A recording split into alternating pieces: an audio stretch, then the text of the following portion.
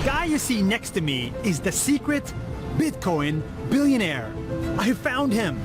He is the one who turned a $5,000 investment into $1 billion. He is the one who paid $70 million for a virtual piece of art.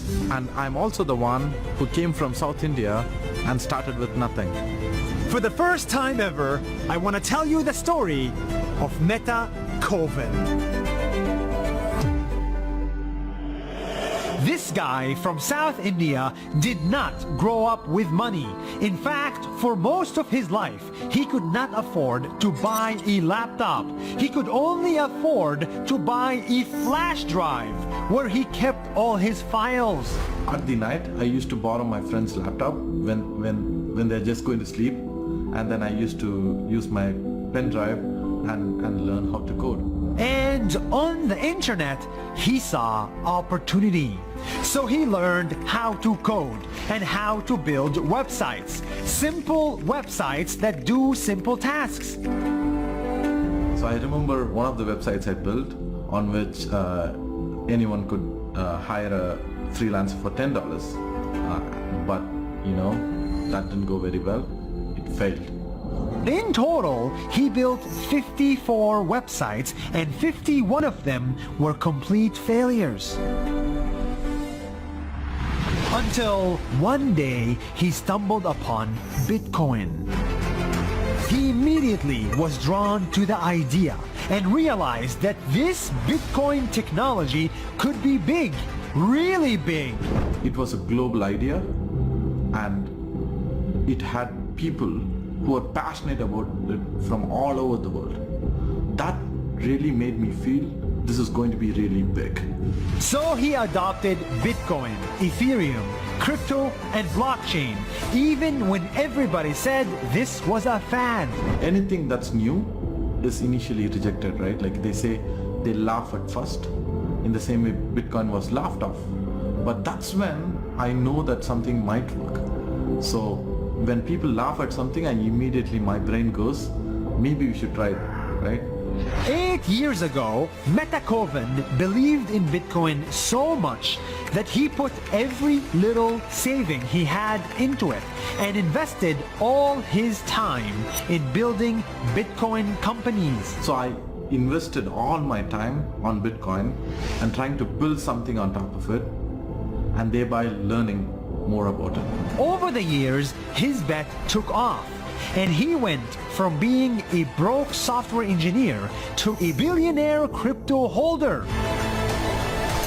But don't expect the lifestyle of a billionaire, because in reality, nothing in his life has changed.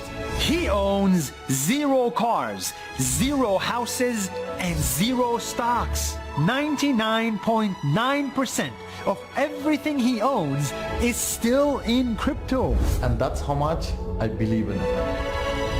This guy owns nothing in the real world, but he owns a lot in the virtual one, because he believes everything is going virtual. Money is virtual, land is virtual, and art is virtual.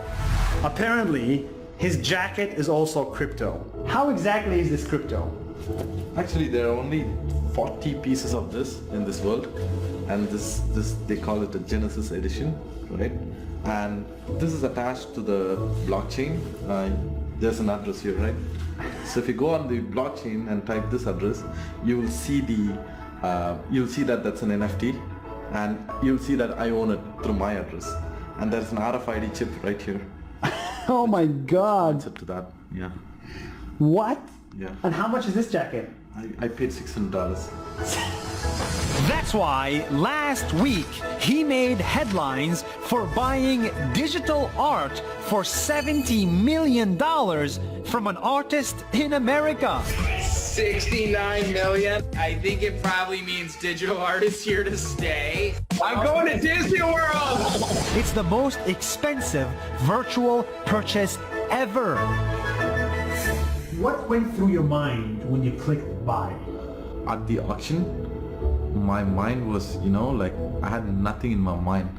I was okay. I'm going for it. That's it.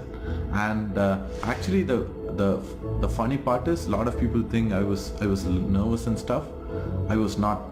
I knew this was happening, and I had to do it. So I did it.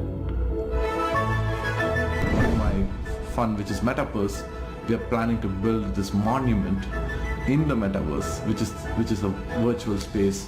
So we have land there, and we are going to build a huge monument and put this art there so that people can enjoy the 440 million pixel art in its true form, because it's a digitally native picture.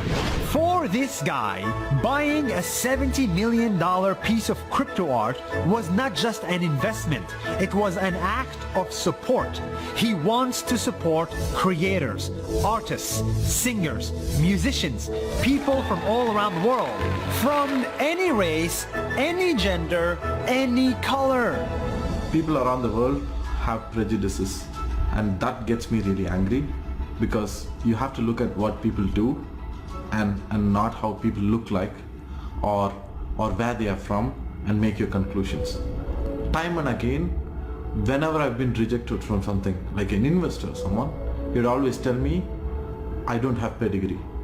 And I hate that, because you never gave me a chance, right? And if you look at what I do, maybe you'll reconsider your decision. And I think it's the same for everyone in this world. If it wasn't obvious by now, this is not about money. This is about decentralization. Decentralization is the idea that value will not come only from the West. It'll come from the rest. The next Gucci will not come from Italy. It'll come from Jordan. The next bank will not come from New York. It'll come from Vietnam. And the next billionaire will not come from San Francisco. They will come from South India.